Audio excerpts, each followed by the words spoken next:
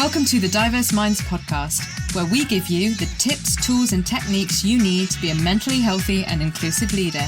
Each week, you'll hear about a variety of topics linked to mental health, well-being, and diversity that will enhance both your professional practice and personal well-being. Welcome to the 273rd episode of the award-winning Diverse Minds podcast. On today's episode, I'm going to be talking about the wheel of power and how you can use it to improve daily workplace practices. Don't forget, the podcast is now fortnightly, but if you're missing weekly content, you have 5 years worth of work to reflect back on. And if you want my handy guide that lists the episodes with a clickable link, you can get it at bit.ly/DMPG23. So last episode, 272, I talked about the liberation model versus the policy model, how they differ and how one is a more powerful way to create change. This week, I wanted to delve more into the area of power, where it sits and how to make shifts. Now, the link is in the show notes, but you'll find it helpful to have the wheel in front of you as I talk probably. There are many versions, but I'm going to share the Fort, F-O-R-R-T-S, academic wheel of privilege, but I will ask you to exchange the word privilege for power. The link is Fort, so FORT.org/AWOP. Now, again, like the last episode, if you're serious about real tangible change with equity and hopefully you are if you listen to this podcast, but we have to consider who holds power, what that power is. That's not to say that people don't have individual power. This is not, poor them, poor people with certain characteristics, but we do have to acknowledge where societal and systemic power lies. And I always say it's people who are closer to power, societal power, will experience fewer barriers in life. That's not to say people don't experience challenges, but when they do, they know the system, how to work within that system and get help, whereas those on the outer edge or in different configurations are less likely to have access to systemic support and be able to resolve challenges in a more linear way. So linked to my points in the last episode, I think it's great to have events, talks, and, talk the talk, yet things stay the same. If we really want to understand the barriers faced, we have to consider systemic advantage and disadvantage to really see change. I really hope you're enjoying the content of this podcast and want to keep up to date. If you are, then why not join my newsletter? When you join, you'll receive a free copy of my ebook, The Mentally Healthy Leading Manager, and that link is bit.ly/MHLMEBKLNK. So if you've got the wheel in front of you, what you'll see is a grey wheel in the very middle, and that says, on the Fort's model, it says academic wheel of privilege, but if we can just think of that as power, just one word power, and then where the grey sort of attachment is, a sort of grey arm adjacent to the feeding into the main wheel, if you could see that as increasing level of advantage. And we have different characteristics in different colors around the wheel. So we have skin color, neurodiversity, mental health, disability, body size. We have caregiver, educational level, household wealth, childhood stability. Then we have religion and culture, citizenship, language, current wealth, housing, caring duties, funding or resources, career stage, institution, formal education, gender, and sexuality. Now, the thing to remember with this wheel is, and all its attributes, and I'm just going to pick on a couple because otherwise we'd be here all day, but this wheel is very much from a global north perspective. So depending on where you are in the world, that certain things are going to differ. Also to remember that for visual ease, there are certain elements in the wheel that they are all equal dimensions on each of the characteristics, but in reality, we know that some will hold more weight than others. It's also important to remember that certain things might change in our lives and other things won't. So, our skin color might change a little bit, but we have the skin color that we have, but other things could change like body size or access to wealth, depending on situations. And also, if we unpeel it, take it from a circle and think of it as I always say, a graphics equalizer. Certain things are dialed up and dialed down. And so we don't necessarily fit into neat boxes, and we are complex, we are human. So again, just think about it that way. And finally, just to say that each element is listed as one thing, but of course, if we start splitting it up, you'll see that it's more complex. And the example I'll give actually is education, because I think in this country, in particular in the UK, that is a really interesting one to look at. Okay, so I'm going to pick on a couple of elements to illustrate the wheel and how you can use it. So if we look at formal education, which I think is a really great example. In this model, as I said earlier, there are many models of this, but in this model, closer to power, we've got someone with a degree, then we've got someone with limited, it says here in this model, and then formal education, none. Now, what we could also do is we could look at that as closer to power, educated in a top elite independent school. Then we could think about educated in a well-resourced state school and then educated in a poorly resourced state school at primary level. Same with secondary. And then for university, we could have Russell Group or elite, Oxbridge, and then Russell Group, then Aldwych Group, then post 92 institutions, and of course, none. So you can see that this starts to build a picture the more that we delve into it. Now, of course, if you've been to Oxbridge, and let's say by way, and there's different routes to getting in, of course, for undergraduate in quite a traditional route at the age of 18 or 19, and you went to a very famous independent school, of course, that is going to mean that you are closer to systemic advantage. The system has been designed by certain people who hold that power, and that power you're going to be closer to. You're likely to know people in high places. You're probably likely to have a family that's quite well connected with a certain degree of resource and wealth. Of course, these things aren't perfect. They're not black and white, but we can look at the likelihoods of that. So if we think about systemic advantage, then people are going to see things from a particular lens. And actually, there have been lots of discussions, for example, in civil service in the past on how to change this, or looking at the actual academic admissions process in elite institutions. So there you can start to see, well, how can we use this wheel? And so then if you think about someone who's had very little formal education or went to a poorly resourced state school, didn't have certain opportunities, and actually how can the workplace be having these discussions and giving people grants and support to carry on with education, or to do certain bits of education that they may not have had the opportunity to do for various reasons. So for example, it could be linked to caring duties where they had sole care or shared care growing up.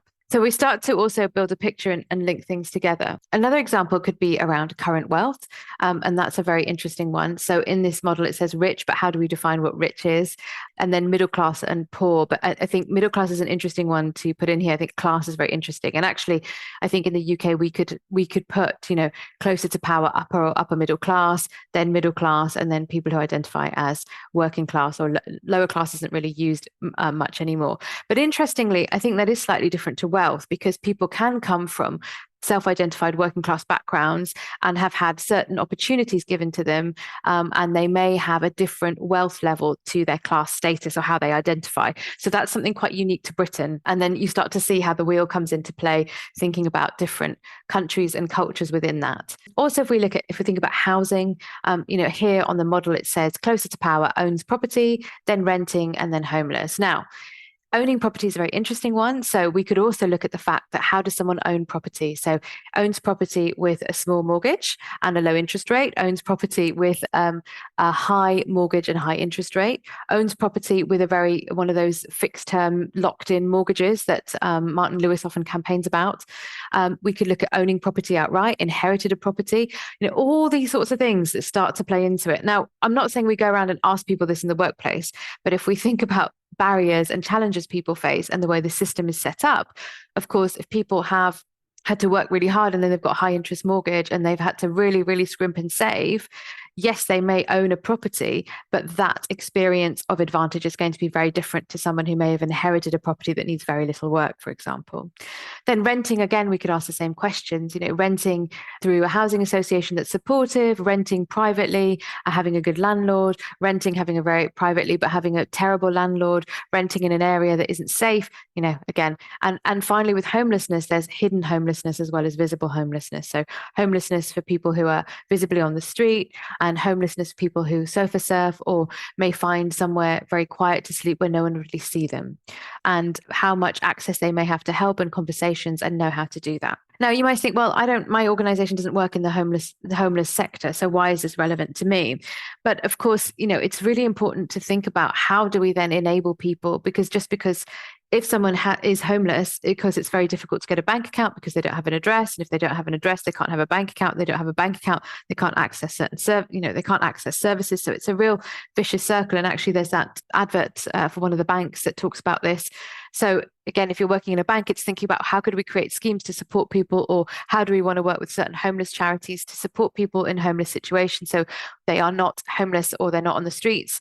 and all those things that kind of figure into it. So it might be from a staff perspective, but also a service user perspective, a beneficiary perspective, and potential staff perspective, because someone may be homeless in the moment, but of course that does not mean that they're not an incredibly talented individual and they deserve everything that those of us who are currently not homeless have, or have access to. Then another area I'm going to touch on is mental health, and in the diagram you'll see, so it says, it uses the word robust, but I'd actually use the word no experience of mental ill health is closer to power, and then mostly stable, so little experience of mental ill health, or if there's some mental ill health, immediate support or support was available.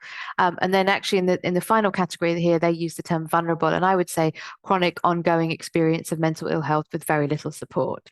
So, of course, language also matters in this, and it's not the mental ill health in and of itself. Of course, it's the fact that someone may not have the choice or support to choose the treatment they want. They may be so unwell, they may not have a support structure around them. And then, of course, if you couple that with things like skin color, disability status, caregiver educational level, you start to build a picture of that systemic disadvantage, the way society expects people to be. And when someone isn't fitting those boxes, how they will experience more barriers and challenges. So, I mean, have a look at the wheel, see what you think. Of course, we can keep going and keep having conversations about it. But I think it's really helpful to, first of all, reflect on our own identity elements and where we experience advantage and disadvantage and how that might have changed throughout our life. And this is a really useful thing to do. And also, if we want to go into the word privilege, what does that word privilege mean to us? And how do we also think about advantage and disadvantage connected with that? The wheel is a really helpful tool that we can use to understand the dominant lens and the way that things might be done in our workplace, and also the way that we see things and our expectations. And it also enables us to consider power differently and what we can change at micro and macro levels. So often people say to me, well, I can't really change every single policy in my workplace. No, but maybe we can think about, where do we put an advert out for recruitment? How do we word things? And that could be considered a micro level, but can have really positive impacts. How do we have discussions about these things? How do we enable people to feel comfortable if they were in severe financial difficulties that could come about through divorce, that could come about through bereavement? We don't know the things that can happen. It can often be a domino effect. Everything can be quite precarious, that someone could come in and seek support from work. So think about that, holistically. And as always, the things I share in my podcast are tools. And in order to create an environment that is not only beneficial for individual employees, but also boosts morale, engagement, and retention across the organization, I'd love to work with you. So if you're looking to foster a positive wellbeing culture and would like guidance on creating strategies tailored to your team's needs, I'm here to support you. Do reach out to me to explore training, consultancy, and coaching services designed to build a healthy, resilient workplace culture. And you can do that by email at Leyla, Leyla, at diverseminds.co.uk. I really hope you've enjoyed today's episode and the shows over the last 5 years. And if you have, why not leave me a review on Apple, Spotify, or wherever that you listen to your podcasts. I'd also love to hear from you as listeners. So remember, you can always leave me an anonymous voice note, or you can leave me your name on SpeakPipe. That's bit.ly/SPKPDMP. And finally, don't forget to watch my TEDx talk. It's just 12 minutes long, about the connection between culture, race, and mental health. And that link is bit.ly/TEDx Wolves, WOLVESLO. I really hope you enjoy it, because it was a labour of love. And if you did, please leave a positive comment on YouTube, share and like, and connect with me on LinkedIn, Facebook, and Blue Sky at Diverse Minds UK. So join me in 2 weeks' time, where it's International Women's History Month, with the theme of Accelerate Action. Until then, everyone, I look forward to catching you soon, and take care. Bye for now. Thanks for listening to the Diverse Minds podcast. Don't forget to subscribe on Apple Podcasts, Spotify, or wherever you access your podcasts from. You can also connect with me on Facebook and LinkedIn. Tune into next week's episode of the podcast, where I'll bring you more insights on mental health and inclusion. Bye for now.